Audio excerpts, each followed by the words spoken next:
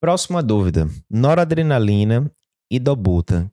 Qual dessas medicações desmamar primeiro? Isso aqui é a dúvida do nosso seguidor João Marcos. A dúvida é basicamente essa, né? Paciente com nora e dobuta, qual diminuir primeiro? Antes da gente ir pro vídeo, só um lembrete, né? Você tá vendo aqui esse vídeo no YouTube. Se você não tá inscrito ainda no nosso canal do YouTube, você tá de brincadeira, né? Todo dia tem conteúdo novo aqui, gratuito, cardiologia, na prática, que você precisa saber. Então, se você não tá inscrito ainda, clica aqui embaixo em inscrever-se no canal para você não perder nenhuma novidade. Vejam, boa dúvida. Muitas vezes a gente tá com paciente com insuficiência cardíaca descompensada, por exemplo, né? Perfil C, aquele mal perfundido, muitas vezes hipotência. E aí você tem que combinar as medicações. O vasoconstritor, tipo a nora, para subir a pressão, né? E a dobutamina com um efeito inotrópico para aumentar o débito cardíaco, etc. E aí, digamos, você tá lá com um paciente que você teve que usar, tá usando dobutamina 5, 10 microgramas quilo minuto, tá também ali com a dosinha de nora, diluição padrão lá do seu serviço, digamos, a maioria dos serviços vai usar uma diluição parecida, 10 ml hora, 15 ml hora, enfim, o paciente tá usando as duas medicações ao mesmo tempo, tá dando uma melhorada e tal, e você não sabe o que é que vai desmamar primeiro. E agora?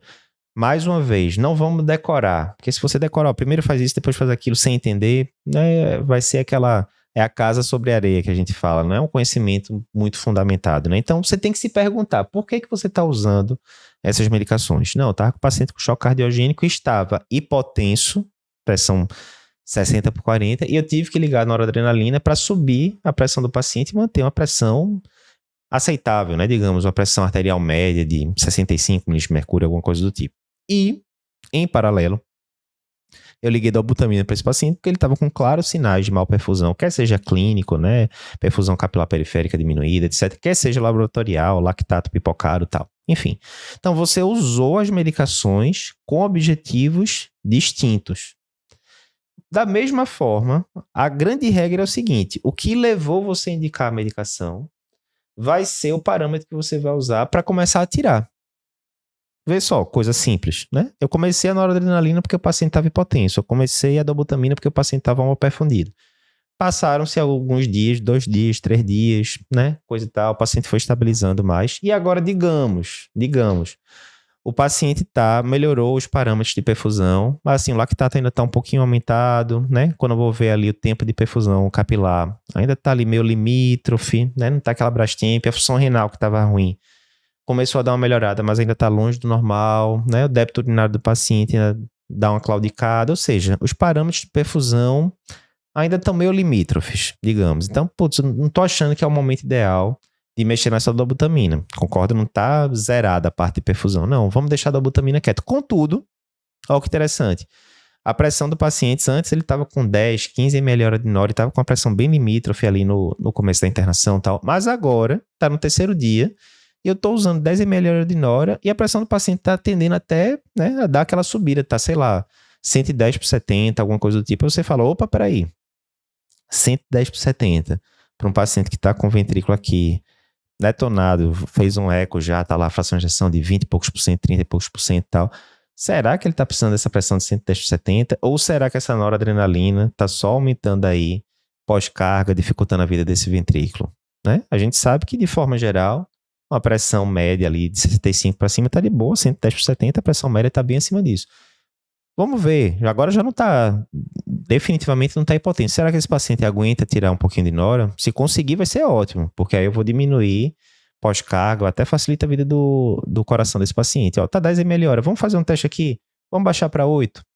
Aí fica ali 5, 10 minutinhos de olho, né? Se o paciente tiver com a pressão arterial invasiva, fica ainda mais fácil a gente ver isso e tal.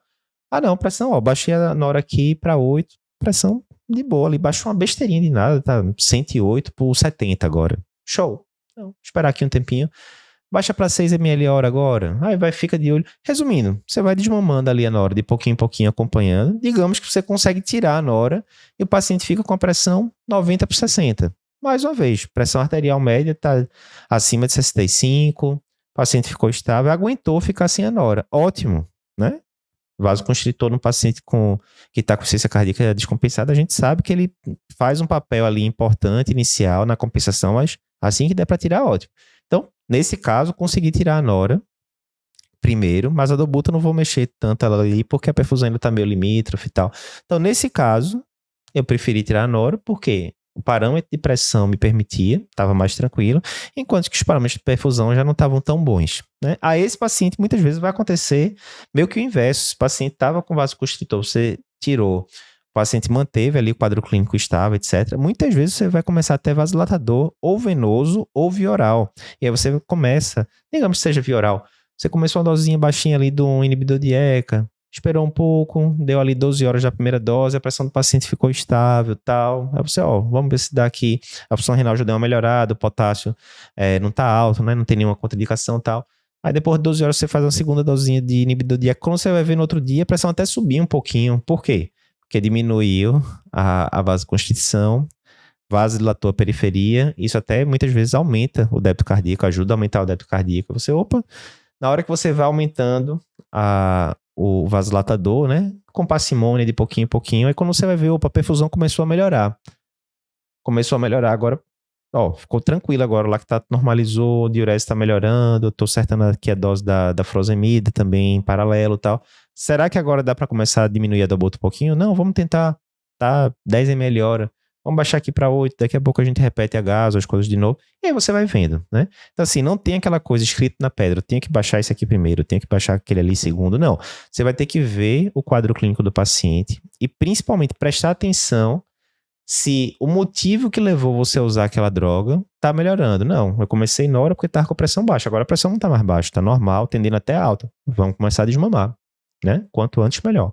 Então a lógica é essa. Olá, que bom que você gostou desse vídeo que acabou de ver, um videozinho mais curto. Se você tem interesse em outros vídeos curtos do Cardio Papers, eu vou te indicar esse daqui.